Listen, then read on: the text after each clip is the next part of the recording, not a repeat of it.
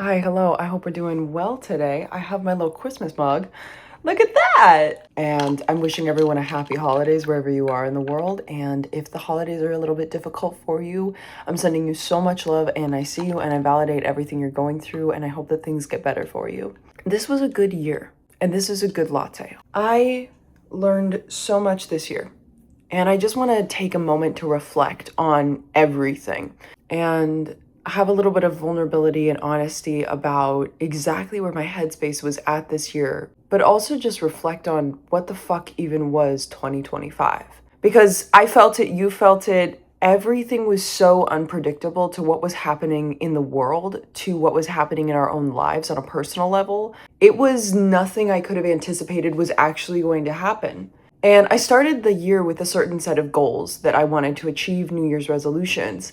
But through the course of the year, because of the unpredictability of the year, it was almost like those things didn't even matter to me anymore because I was a completely different person. It was funny because I went to a Christmas party the other day and there were a whole bunch of people there. Everyone was lovely. Everyone was a friend of mine. And it felt just so wholesome and nice to get to sit down and have that kind of community and experience in a room full of people who love each other and who care for each other and take care of one another. And I'm ending the year with so much community. I mean, hell, we grew this community on social media. We grew Instagram to like 500,000 followers. Like, you guys are freaking insane.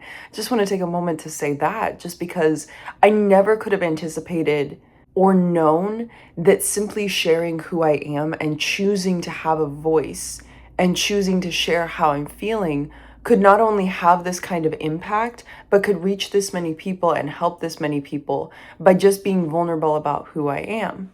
And all it's taught me is that there is so much beauty in being authentically yourself and being vulnerable and emotional. I was always told to be quiet. I was always told to simmer down, just kind of like be seen, not heard. And that's who I was. I was just extremely shy, didn't speak. And then when I finally did speak, the fact that I had this level of impact by simply just choosing to be seen and choosing to be heard is phenomenal. And it's not only a lesson to me, but it's a lesson to you also, that the more you are open and the more you allow yourself to be seen for who you are, no matter how scary, it is always a good thing to be authentic and vulnerable. Because let me walk you through where my headspace was this year. I've been trying to avoid very, very deeply this entire year that I'm actually sick. We know I have Ehlers-Danlos. We know I have POTS. That's not new news around these parts here, folks.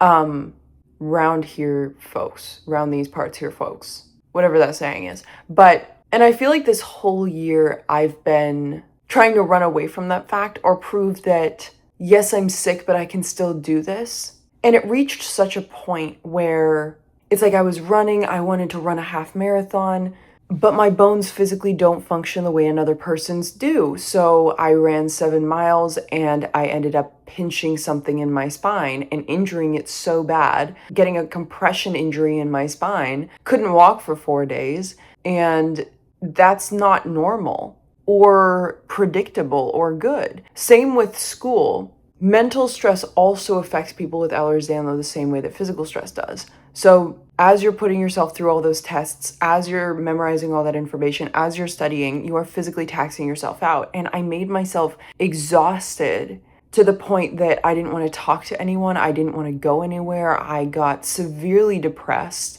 My body started having physical symptoms because we were talking about it. I was talking about it with another friend, how your emotions and your emotional state will cause your body to produce physical symptoms, meaning that if you are constantly sad or constantly stressed or constantly angry, your body will feel that and start to treat it as disease, meaning that there will be physical symptoms that manifest. And take that with a grain of salt, because I'm not saying like you can manifest your own diabetes, because that's a weird statement and factually untrue. But if you're sad 24/7, that can manifest into wanting to stay in and sleep 24/7. That can manifest into eating too much or too little. That can manifest into body aches. That can manifest into depression, you know? And all I did this year was just stress myself the fuck out because I thought that was what I needed to do. Because I've been treating myself like I'm a problem that needs to be fixed. And it reached such such a peak, such a point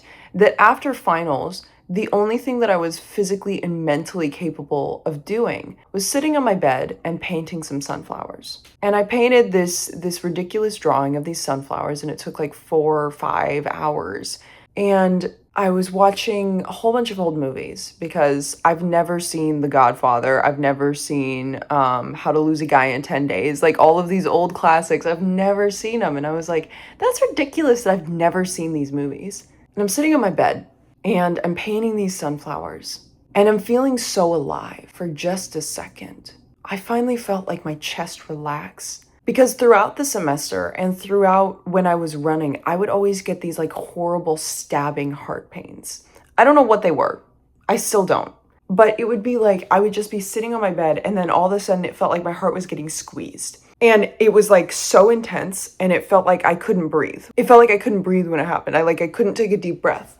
And when the semester ended and when I stopped running, immediately those heart pains stopped and they never started again and everything was fine. But I'm sitting on my bed and I don't feel the heart pain. I actually feel my chest like relaxing. I feel my whole body relaxing. I feel my mind relaxing. And I'm like, wow, this is it. This is actually how life is supposed to feel. It's not about the chasing and the accomplishing and the conquering and the fearing and the upholding and the rising and the chasing. It's about the little moments like this where you actually feel like your heart has a home within your own body. It's in the little moments where you're sitting in a room full of people you love and you thank God for a second that the universe has given you the great fortune of living in a world with 8 billion people and you somehow met the room full of people that feel like home. You thank the universe for just a second that you have food in your fridge and you have money in your bank account and you don't have to worry and you have things to look forward to in this life. And if you want to go outside and take a walk, you can just take a walk because your legs allow you to do that. And it is so hard to be grateful when you are stressed. And it is so hard to be grateful when you are doing things out of obligation and not out of love. And it is so hard to be grateful when you are falling prey to hustle culture and you believe that the purpose of your life is to destroy yourself, that you were born somehow broken and not born beautiful. Because that's what I fell prey to this year. I had this notion like, you know what? Yeah, I was diagnosed with Ehlers-Danlos. I was diagnosed with POTS, but I'm going to keep going anyway and I'm not going to stop. And, doesn't matter that I'm sick, doesn't matter that I'm chronically ill. I'm strong and I'm powerful and I'm going to keep going no matter what. And my body, even though it's breaking down around me, doesn't matter. My soul shines through. Honey, I know that your soul is resilient, but you're in a body and you can't neglect the flesh you were given. And so for the last couple weeks, school ended on the 13th. We ended finals on the 13th and I stopped running like last month when it started getting really cold in the mornings. And I was like, okay, it's a little bit too cold to go running out there. So I just went for walks instead.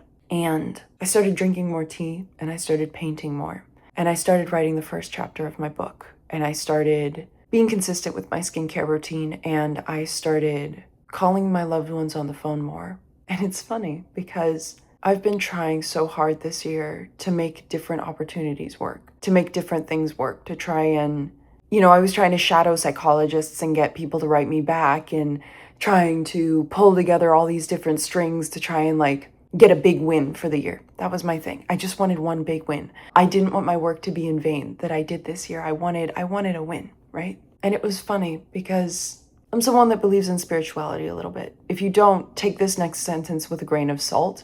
When you are calm and when you are grateful, it opens up your heart, soul, and life to receive miracles. I think that if you were always and constantly bitter, no matter your circumstance, it's very hard for the universe to meet you halfway. And there's the whole ideology that your mindset creates your life, meaning that if you are an energetic being, whatever energy you are feeling and you are exuding is what is being attracted into your life. And it was funny because when I really slowed down and when I really took time to be like, you know what, I am sick, I need to take time to de-stress, because stress will actually cause my body to have physical symptoms. Not like I'm being a Bambi ass bitch and, I can't handle stress. I can handle stress. My body cannot.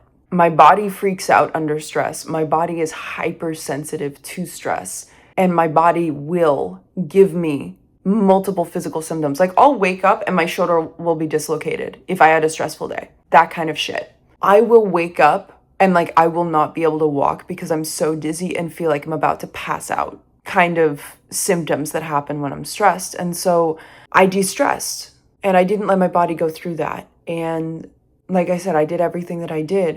And it was so funny because I received the biggest opportunity I have ever received in my life. Ever. Amazing opportunity that I am eternally grateful for. And it only happened when I took a moment to actually be vulnerable about what it is that I not only want, but what I need. Because that's the distinction that I learned, is that authenticity and vulnerability happens so much with yourself as much as it happens with other people. Because a lot of us are walking around and we are lying to ourselves. A lot of us are walking around half asleep, not conscious of what we're actually going through, living life in autopilot, hyper stressed out of our mind, not taking care of ourselves, falling prey to hustle culture, and we are stressed as fuck, and we don't even realize it. Because you have to be your own therapist. You have to be your own advocate. You have to be your own best friend. You have to be your own doctor in some regards.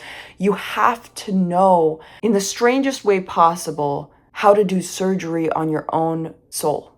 You have to learn how to go inside of yourself, dig out what it is that you are actually needing, whether that be self-care, whether that be to quit your job and find a job that's better suited for you, whether that be to cut off your toxic ex or cut off your toxic friends, whether that means you need to be honest about how healthy your diet is and your exercise routine, whether that means you need to take time to slow the fuck down no matter what, whether that means you need to speed the fuck up and you need to work harder. Whatever that is to you, there's a level of honesty that you have to have with yourself. There's a level of vulnerability you have to have with yourself to understand who you are, so that moving into the future, you're not just walking around chasing other people's dreams. You're chasing what you actually need and what you actually want. And that's what I feel like this year was for me, was I chased a dream of wanting to be an ultramarathon runner and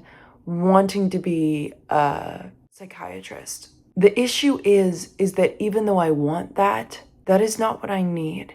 And the reason that I want that is rooted in self-destruction. It's rooted in wanting to change myself. But when I actually took a moment to say, okay, who would I be without the want to be loved? Who would I be without the want to be great? Who would I need? Who would I be if I didn't feel like I had to prove myself all the time? That's when I sat down and painted some sunflowers. And that's when I sat down and started writing the first chapter of my book. And that's when I sat down and I started painting again for the first time this year. And I took a moment to really check in with myself and say, you can't fill your life from an empty cup. You can't keep draining yourself absolutely dry and expect beauty to just produce itself in your life. You have to be honest. You have to be vulnerable, not just with other people. Because here's something strange. It's easier for me to be vulnerable with other people than it is to be with myself. It's easier for me to tell someone else the worst moments of my life. And it's easier for me to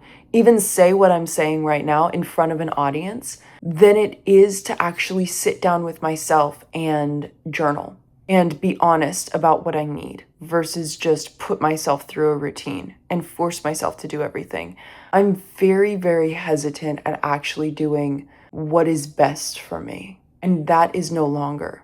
That is no longer. I learned that the best thing to do is not to hustle yourself till you can't walk anymore from exhaustion and pain. But the best thing to do is fill up your own cup so that you can chase what is actually good for you. So you can actually get out there and do what your soul's purpose is. So you can chase that dream in the back of your head, or that thing that makes your chest fly, or that thing that makes your heart fly. I don't know. That's just what I've been thinking about all day today, is that. And that's what I want to leave you with today. I want to leave you with hope. I want to leave you with calmness. I want to leave you with stillness. I want to leave you with vulnerability and authenticity. I want to leave you with be yourself. Fuck what anyone else thinks. Fill up your own cup before you go out there in the world. Because the world freaking stinks sometimes. And work hard, but don't destroy yourself. Love you all a lot. Thank you for being with me this year and for listening to all of my rants and my vents and my grain of salt advice. You've been one of the best additions of my entire life. And I'm so happy that you're here. And I'm excited to go into the new year with you. And I hope you're having a happy holidays, a Merry Christmas wherever we are. And I love you guys so much. Have a good day.